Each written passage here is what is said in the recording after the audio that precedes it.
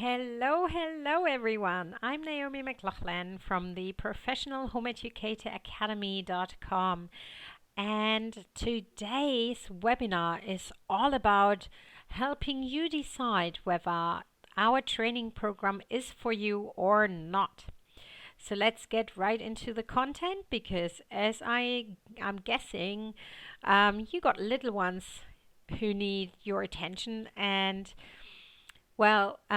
everyone is busy. So So today's webinar's title is Creating a Peaceful Homeschool Environment Can Mean the Difference Between Success and Failure. And I can tell you so much about it as I have tried and tested many different ways, and I have realized without a plan, it is very difficult to succeed. And what I mean by that is that you waste a lot of time, you demotivate yourself, you get distracted easily if you don't know what you're doing. I know some people like to de-school, as they call it, which basically means they have no plan whatsoever. They provide a certain type of environment. In form of books and materials, and their children can choose what they want to do. I see many good points in doing so, but unfortunately, I do believe you're lacking structure. And I mean, while it's great for little children who still have to explore and play and especially learn a lot by just playing along, I think, especially for older children, this might just be too destructive if you can imagine, do what you want all day long. So I'm really certain that a type of plan does provide you with either success or failure. And if you just consider the years ongoing, depending on your plan to homeschool just for a year or to cover some time or to catch up or whatever reason it might be for you personally. For me, I think that if you have a plan, you know your goals, you know your objectives, you know your learning outcomes, it's much easier for everyone involved, especially for children who always want to have some kind of structure. They want to know what time something starts, even if it's just their favorite television program. They want to get themselves prepared and turn up at the right time. Or if you go to the cinema or take part in a hobby group or any social gathering, there's certainly a time to start and to end something. So children can easily accept, and I think they even want to have some form of structure. So let's go into the content for today. Homeschooling is very broad because each and every family is very individual, and I think you can't make an all-fit one program really, because each and everyone has to pick and select what fits for your family or what doesn't. And also, even if you pick, you might find that after a short while, you realize it doesn't work, so you try something else. So the first module of the Professional Home Educator Academy video training is all about introduction. You learn about a little bit about myself, why I started, how I started, and how overwhelmed I was at first when I started to home teach my children a couple of years ago, and how I had to gather all the materials and then eventually did some seminars, went back to college to learn how to teach children properly.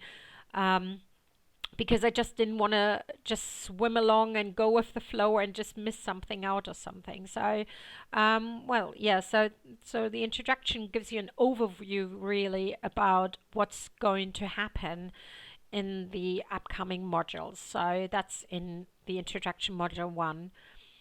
And as we follow on to the next modules, you are gonna be able to create a homeschool program for each individual child. So I'm absolutely behind the idea of individuality. Children are so diverse. They have so many different interests. They're at different stages, even though they might be at the same age. Obviously, at some point with their peer group, they still sometimes tend to struggle in one subject but not in the other. So I think there's not one, as I said before, one fits all program. So um, in module 2, that's the next module, is the curriculum and teaching approach. So you can decide what type of first of all, in the module, we discuss what type of curriculum to choose, whether you want to go for the national curriculum or whether you want to make up your own. So you get some ideas, what subjects are relevant to what type of age group. But again, it's completely up to you what at the end you're going to choose.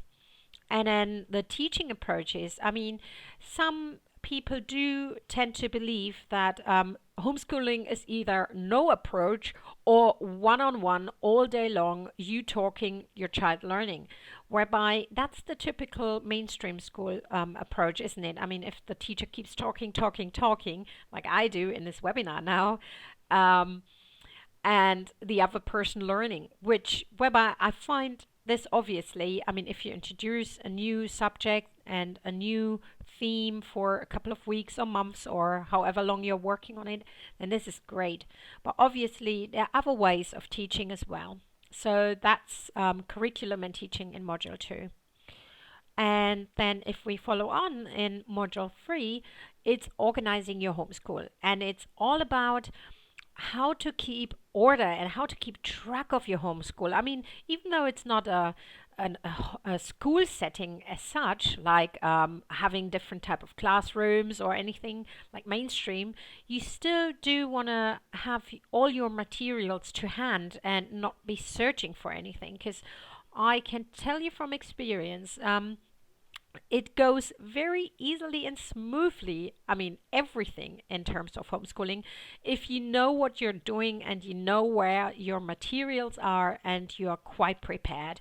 Because if you're not, children tend to be distracted very easily, especially, for instance, if the telephone rings or someone comes to the door, because yeah, people do tend to think, oh yeah, they're homeschooling, so they're in all day and I got time all day to just pop in or come by and just, I mean, have some fun time with you, which is great for your neighbors and friends and family members. But obviously, you do want your child to learn something. So, module 3 is all about what I use, what I tend to find helpful, and then also looking at what other people do and other families have found helpful. I mean, in terms of organizing your homeschool. And then in module 4, it's all about routines, which and then provides you with ideas how to structure your day, your week, your month, your year. I mean, how you can think about, for instance, learning objectives and strategies and goals you want to accomplish, and also you want your child to accomplish, and yeah, how to keep your routines. Really, that's module 4. And in module 5, that's one of my favorite modules because I'm personally affected, is the special education needs and learning difficulties. And I find this module very helpful for families who struggle in mainstream schools. And that's not just because you have a child with special needs. It's also applicable for children who don't have, for instance, a diagnosis or anything, but who just struggle with some structure in a mainstream school or in daily life. So, yeah, this module is definitely helpful. Gives you loads of ideas, loads of insight what you can do differently. So to give you an example, instead of having just a worded out timetable where you just have the words, you might incorporate something like a visual timetable. And even a visual timetable can be prepared in different ways. So that's all in module 5. So again, looking at how can you tailor make your child's curriculum and teaching as helpful and as successful as possible. Module 6 is about friends, which is a big theme for many outsiders who have never come across homeschoolers and who have pre ideas, mainly false ones, like you're isolating yourself, you're isolating your children, sorry. So yeah, module 6 is all about friends, how you can accomplish um, keeping friends outside the home, and taking part in hobby groups, for instance. Yeah, finding ideas how you can still integrate yourself in your community without being a part of a school structure. So that's all in module 6.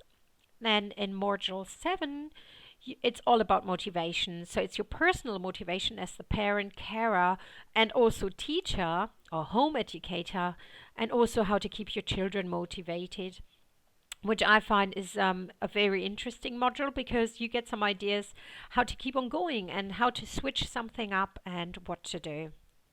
Module 8 is all about tests and exams. And I know many people think homeschooling, you don't need any tests, you don't need any exams. That is correct in most countries. Let's say in the US and also in the UK, there's no need to have any tests, any exams whatsoever. Now comes my personal but.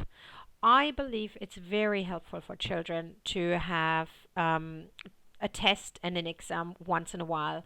And that's not only because one day your child or children will eventually, have to not necessarily go back to a mainstream school, but if they become an apprentice, if they want to continue on in the university or anywhere else, I think giving them an idea how to prepare themselves for tests and exams is quite good. And it also helps them to feel successful.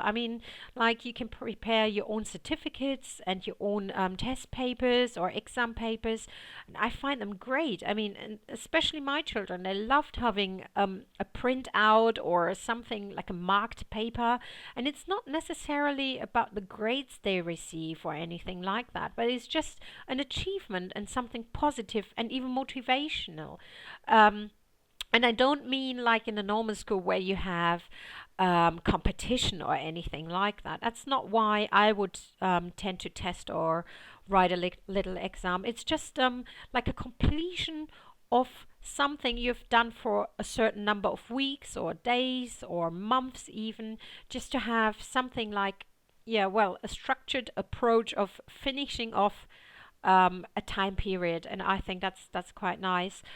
And then on the other side, it also in module 8, we don't just look at the tests and exams you do at home, but also the tests and exams you could take outside of home. So, for instance, in the UK, taking part in GCSE exams or in SATs tests, which you could both do as an external student, or your children, obviously.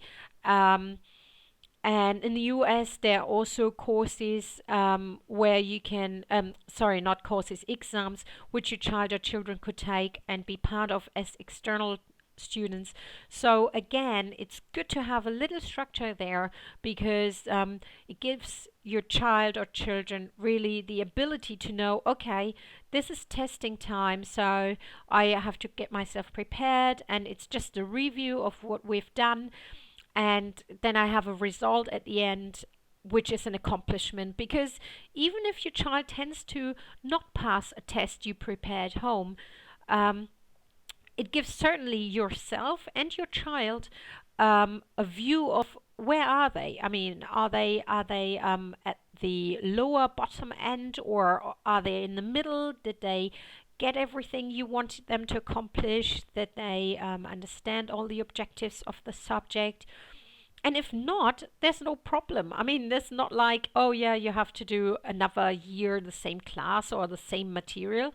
You could just add some material, make it more interesting, or make it more broad or more specified, depending on what the needs of your child or children are. So it's really, again, like I always say, it's individuality. Not every child gets it the first time. So, and also not with the same teaching approach, and sometimes not with the same material, or with, let's say, with the same books or worksheets or anything. So you might have to then have a look at the test or exam and then see, oh, all right, okay, that's what we've missed, or this could be an area we can go deeper in and learn at a deeper level.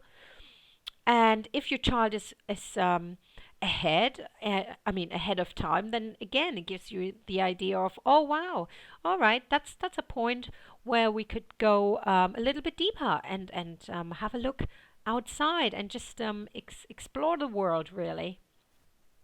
All right, so in the last module, we're going to have a look at work. How can you use everything you've learned so far from module 1 to module 8 to integrate and to interlink and to make it possible for you to still work, even though I know not everyone has to work. So some couples are lucky to being able to live off one paycheck or one salary, but that's obviously not always possible. So in this case, you do need to have a proper structure set up so that nobody gets demotivated or stressed out or everything overcomplicates whatsoever.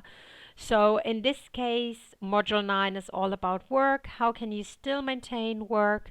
Either looking at ways of part-time employment, for instance, or taking shifts, being self-employed, working from home. There's so many ways that you're able to home educate and work at the same time if you have to. That's obviously a choice, but I find that if you don't look at work and if you just assume that it will all just work out, unfortunately, that's in most cases with most of the families I've come across and I'm in contact with, it's is not the case. Some people just don't think about it at first and then realize, oh, that's so stressful, and how can they? How's that all? Is it worthwhile to home educate and to work at the same time? And I can, from my perspective, I can say yes, you can work, and yes, you can homeschool. It is possible, but it does need some, from my perspective, some structure and some organization, and that's definitely something you want to consider. So it is in module 9. So yes, I'm so happy you've come a long way listening to my voice only. So I hope this was helpful into giving you an overview of what we are doing in the video training program. And if you have any questions, please drop me a line. You can always send me an email at info@professionalhomeeducatoracademy.com. And I will certainly answer all your questions, or I will hope to be able to answer all your questions, but I guess I will. And if not, I would be very, very happy if you take the course up and just see how it can help you and your family to start a successful home education and home situation. Yeah, you know what I mean. All right, so if you haven't already, please do us a favor and like us on Facebook. And that's not just to create loads and loads of likes, but also gives you the ability to receive any updates, any news we have, because it would automatically come up on your wall as well. So that's one other thing. Like I said, if you have any questions, please email me, and you can find the video training program on www.professionalhomeeducatoracademy.com. And currently, the course is